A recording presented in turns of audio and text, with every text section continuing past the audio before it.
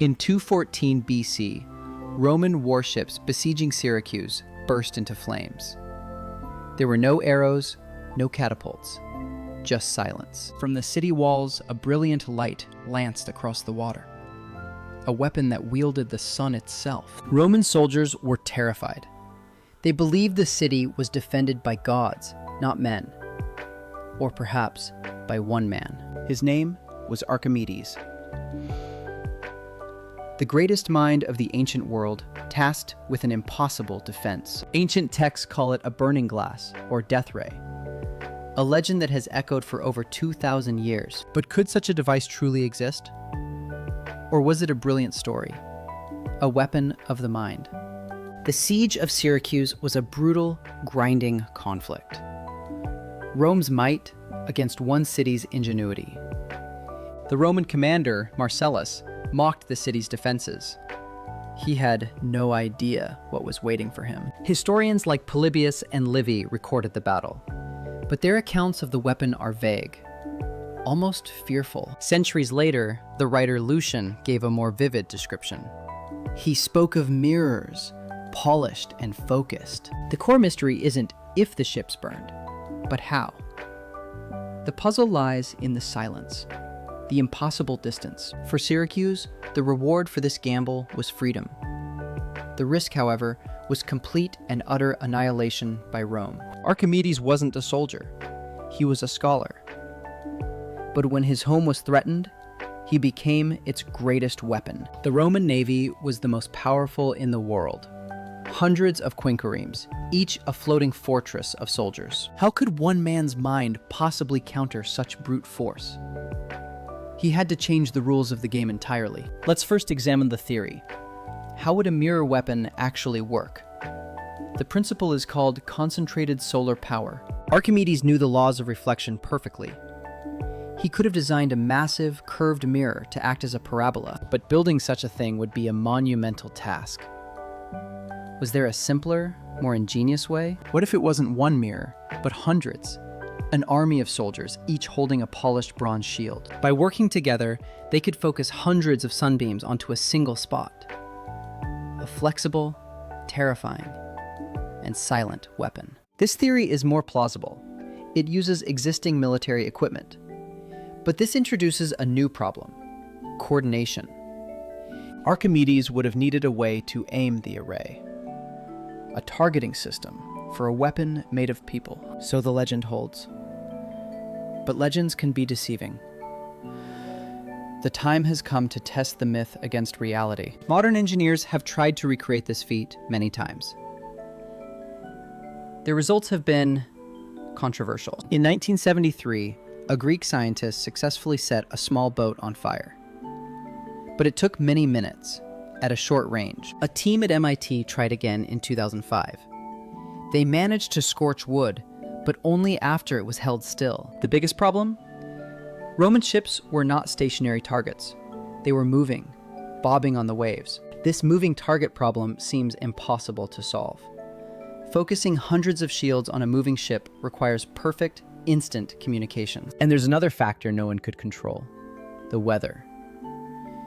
The death ray needed a perfectly clear, sunny day. Some historical weather analyses suggest the siege days were often overcast, a fatal flaw in the legend. So, if the death ray was impractical, why do the stories exist?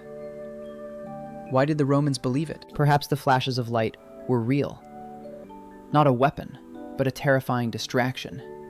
A piece of psychological warfare. While the Romans were blinded and confused by the ray, Archimedes' other weapons did the real work. The ancient texts are much clearer about these machines. They describe catapults that could hurl massive boulders. These were not ordinary weapons. They were engineered by a genius to be bigger, faster, and more terrifying than anything seen before. But the true horror for the Roman navy was not a weapon that threw things. It was one that grabbed them. It was called the Claw of Archimedes, a giant crane with a massive grappling hook. As Roman ships approached the walls, the claw would swing down, latch onto the prow, and lift. It would hoist the entire front of the warship out of the water. Then, it would simply let go. This was real. This was documented. A weapon of pure mechanical terror. No magic or mirrors required. So the fire that witnesses reported, where did it come from? The ships were smashed. But what about the flames? Archimedes had an answer for that too. He developed catapults designed to launch incendiary pots. These pots contained a mixture, likely sulfur and pitch, a sticky, burning substance that was impossible to extinguish. This matches the accounts perfectly. The fire from the sky wasn't sunlight. It was chemistry, launched by mechanics. The puzzle is beginning to form a complete picture. Not one superweapon, but an integrated system of defense. The flashing shields created terror and confusion at a distance. A psychological attack to disrupt formations. As they drew closer, the boulder-throwing catapults would begin, crushing hulls and breaking morale. Any ship that survived and reached the walls was met by the Claw, a mechanical monster from their worst nightmares. And all the while, incendiary pots rained down, ensuring no escape.